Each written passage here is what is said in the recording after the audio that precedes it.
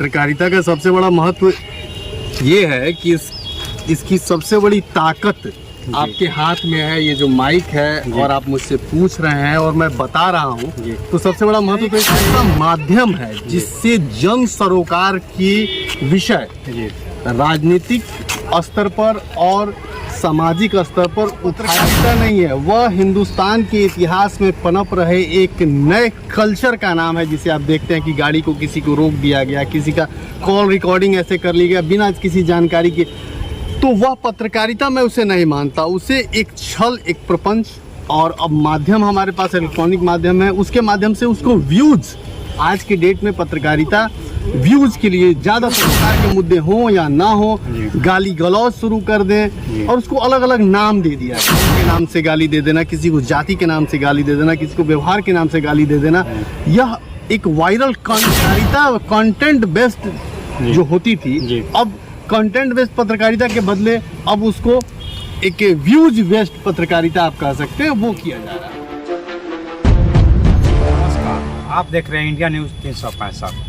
इस वक्त हम ब्लॉक में हैं। आपको बता दें कि पत्रकारिता क्षेत्र में अपना विभाग प्रतिष्ठा करते हैं अभिनव अभिषेक जी। इस वक्त मेरे साथ बैठा गए हैं, चलते फिरते मिल गए हैं और इनसे हम बात करने के लिए खड़े हैं। अभिनव जी, आपका स्वागत है। बहुत बहुत धन्यवाद आपका। आज के डेट में देखा जा रहा है पत्रकारिता क्षेत्र में किस तरह इसका महत्व क्या होता है?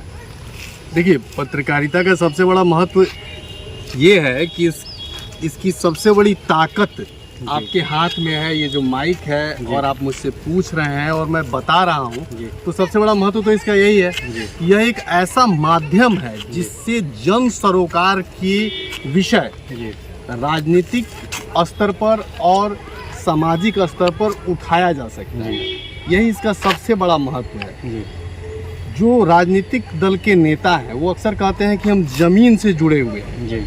कुछ लोग जुड़े हुए भी हैं, लेकिन उनका वास्तविक जुड़ाव कहाँ जाकर टूट जाता है, वहीं से पत्रकारिता की आवश्यकता महसूस होती है। और एक चीज़ है, पत्रकारिता देखा जाता है कई युवा भी कर रहे हैं तो कहीं किसी गाड़ी को रोक देते हैं, कहीं खड़े हो जाते हैं, कुछ भी बोलने लगते हैं।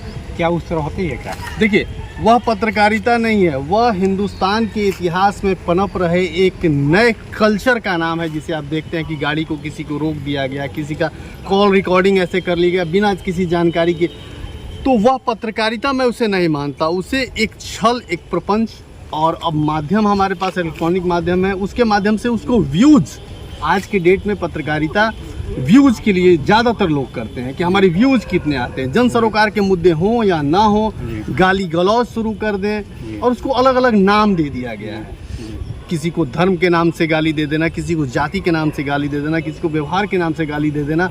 यह एक वायरल कंटेंट हो गया है। मतलब पत्रकारिता कंटेंट बेस्ड जो होती थी, अब कंटेंट बेस्ड पत्रकारिता के बदले अब उसको एक व्यूज बेस्ड पत्रकारिता आप कह सकते हैं, वो किया जा रहा है। तो आज के डेट में इस तरह की समस्या होती रहती है।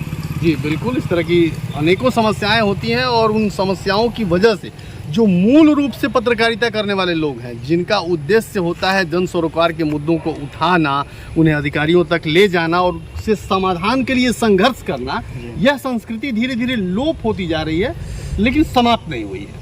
क्या व्यू के लिए जो युवा माइक हाथ में लेके चले जाते हैं, किसी पुलिस की गाड़ी को रोक देते हैं, कहीं रोक देते हैं, वो पत्रकारिता करना शुरू कर? नहीं, मैं उसे पत्रकारिता नहीं मानता। और देखिए, संचार के माध्यमों के मजबूत होने से सबसे बड़ा लाभ यह हुआ है कि अब लोगों में जागरूकता आई है। लोग अपनी बातों को कहने में झिझकते नहीं हैं।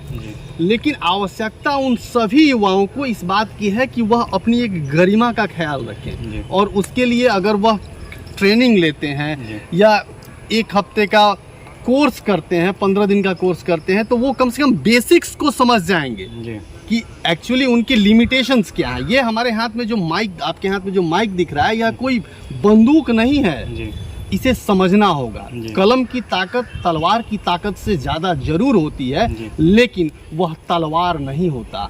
हम खून के प्यासे नहीं होते। हमारा ये मतलब नहीं होता कि हम कुछ ऐसा कर दे, कुछ ऐसा बोल दे, कुछ ऐसा दिखा दे जिससे समाज में विकृति फैल जाए। यह हमारा उद्देश्य नहीं होना चाहिए। हमारे साथ विभाग पत्रकारिता करने वाले अभिनव अभिषेक जी थे। इन्होंने बताया पत्रकारिता किस तरह करना चाहिए। इस सभी बातों को आप लोग ध्यान से